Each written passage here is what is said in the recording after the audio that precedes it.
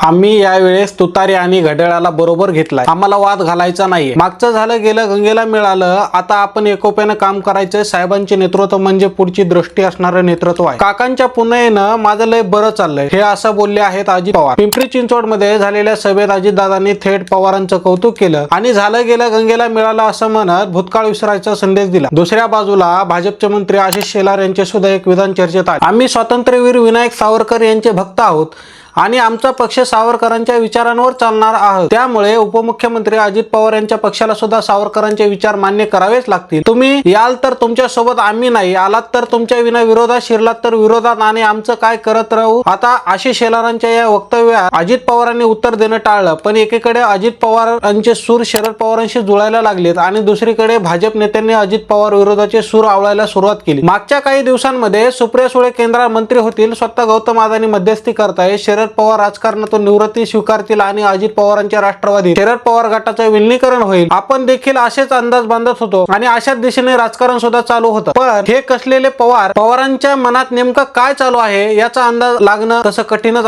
कारण गेल्या 5 महिन्यांपासून पवारांचं मन वळवण्यात अजितदादांना यश होईल. पक्षाच्या भविष्याचा विचार करून शरद पवार आपली भूमिका बदलतील असं बोललं जात असताना आता मात्र अजित पवारांनीच भूमिका बदलली असं दिसू लागले. अर्थात फक्त पुणे आणि पिंपरी चिंचवड पुरता अजित पवार आणि भाजप हा सामना रंगला असला तरी सुद्धा भाजप विरोधात पहिली पायरी टाकून मतांचं गणित काय लागतं याचा अंदाज मोठ्या पवारांनीच अजित पवारांना घ्यायला लावल्याच्या चर्चा होत आहे. स्वतःची वोट बँक मजबूत करण्याचा तयारीनेच काँग्रेसला बाहेर ठेवत अखंड राष्ट्रवादीच्या विरोधातला हा फॉर्म्युला नव्या राजकारणाला बळ देणार आहे. अर्थात या राजकारणात पवार इकडे येणार नाही तर अजित पवारांसोबत भाजप विरोधात जाण्याची शक्यता आहे. पण कालपर्यंत सत्तेची गरज सांगणारे अजितदादा एका क्षणात कसे बदलले. अजित पवार जातील म्हणून सत्तेतून दूर होऊन अजितदादांसोबत असलेले नेते सुद्धा अजित पवारांच्या सोबत विरोधी वाकावर बसतील का आणि हे उलटी चाल काकांच्या डोक्यातनं कशी आल्याचं दिसतंय पाहूया या आजच्या व्हिडिओत. नमस्कार, मी गंगाधर गडदे. आता सुरुवात करूया ती मागच्या काही दिवसांच्या चर्चांपासून. शरद पवार यांच्या समोरची सगळ्यात मोठी ही अडचण कोणती होती तर विरोधात आपला पक्ष कसा टिकवायचा. महानगरपालिका, नगरपालिका आणि झडपी झाल्यानंतर थेट लोकसभेच्या निवडणुका आहेत, त्या सुद्धा तब्बल 3.5 वर्षानंतर. दरम्यानच्या काळात पवारांसमोरची सगळ्यात मोठी अडचण म्हणजे पक्षाला आणि पक्षातल्या नेत्यांना सेटल करणं. पण त्यासाठी पवारांना अजित पवारांची भूमिका स्वीकारून सत्तेत यावं लागणार होतं. आता याची प्रमुख अडचण होती ती पवारांनी आजवर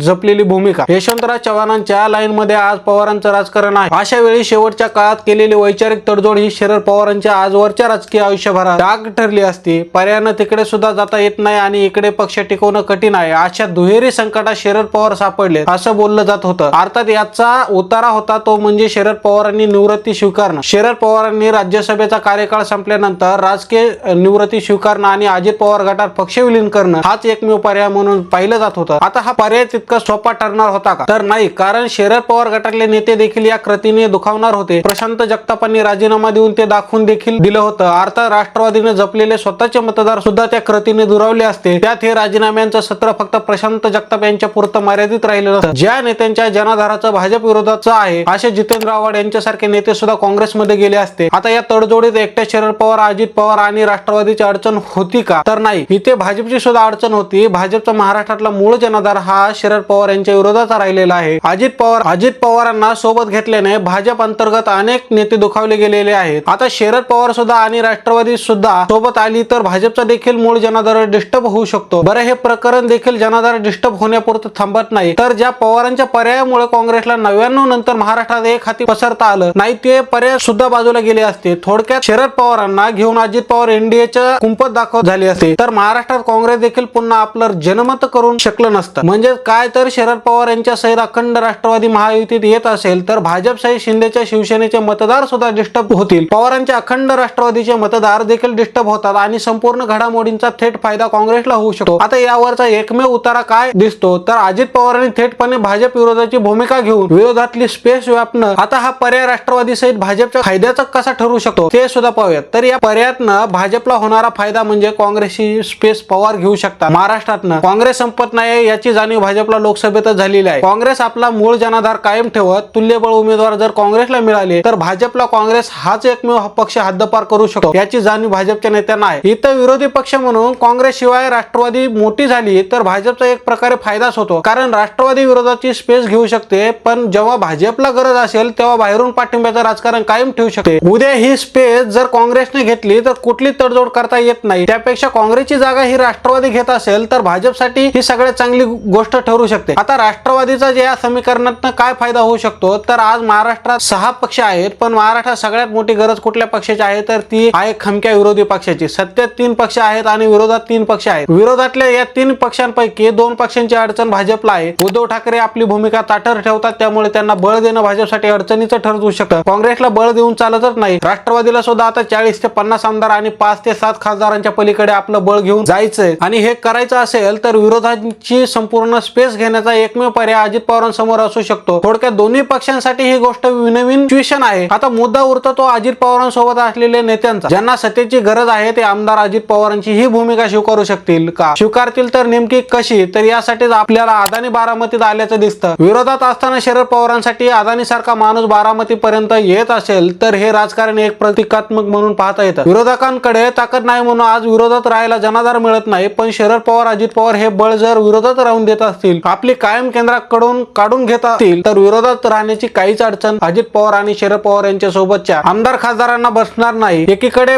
भाजप विरोधाचा जनाधारही मिळतो आणि दुसरीकडे विरोधात राहून कामही करून घेता येतात. आता इतकं सगळं चांगलं असताना प्रयोग झटक्यात का होत नाही, तर याचं उत्तम उदाहरण आहे आपल्याला पुणे आणि पिंपरी चिंचवडच्या निवडणुकीत दिसतं. पुणे आणि पिंपरी चिंचवड मध्ये अजित पवार काँग्रेसला सोबत घेऊन देखील लढले असते, पण अखंड राष्ट्रवादीचे संख्याबळ आणि भाजप विरोधात करून काँग्रेसचा मूळ जनाधार किती संपवता येतो हे पाहण्यासाठी पुण्यापेक्षा दुसरा कुठला केंद्रबिंदू नसता. इथं पवार आघाडीला योग्य तो रिझल्ट भेटला तर भाजप आणि अजित पवार हा दुरावा आपल्याला वाढलेला भविष्यात दिसू शकतो. इथे शरद पवारांनी अखेरच्या काळात सुद्धा वैचारिक तडजोड केली नाही म्हणून शरद पवारांची प्रतिमा कायम राहिली. भाजप सोबत तडजोड असल्याने अजित पवार सत्तेचा फायदा मिळवत राहतील. याशिवाय सिंचन घोटाळ्यासारख्या प्रकरणातनं मोकळे होऊन पुन्हा आपल्या कंपूत दाखल झालेले दिसू शकतात. अर्थात एकत्रित राष्ट्रवादीचं संख्याबळ आमदारांच्या पातळीवर 51 खासदारांच्या पातळीवर 9 झालेलं दिसतं आणि विरोधाची स्पेस एकट्या राष्ट्रवादीकडेच राहताना दिसते. अर्थात असं झालं तर शरद पवारांची ही चाल पक्ष वाढवण्यासाठी किंवा वाढवण्यासाठी आणि विचारधारा कायम ठेवण्यासाठी सगळ्यात भारी होती असंच म्हणता येतं. तुम्हाला काय वाटतं, खरंच या सगळ्या मागे शरद पवार आहेत का? आणि भविष्यात अजित पवार आणि शरद पवार हेच भाजपच्या विरोधाची स्पेस घेऊ काँग्रेसचा जनाधार सुद्धा कमी करतील का? याबद्दलची तुमची मत आणि प्रतिक्रिया कमेंट बॉक्स मध्ये लिहून कळवा. आणि अशाच राजकीय घडामोडी पाहण्यासाठी तुम्ही माझ्या चॅनलवरती नवीन असाल तर व्हिडिओला लाईक करा, शेअर करा आणि चॅनलला सबस्क्राईब करायला अजिबात विसरू नका. धन्यवाद.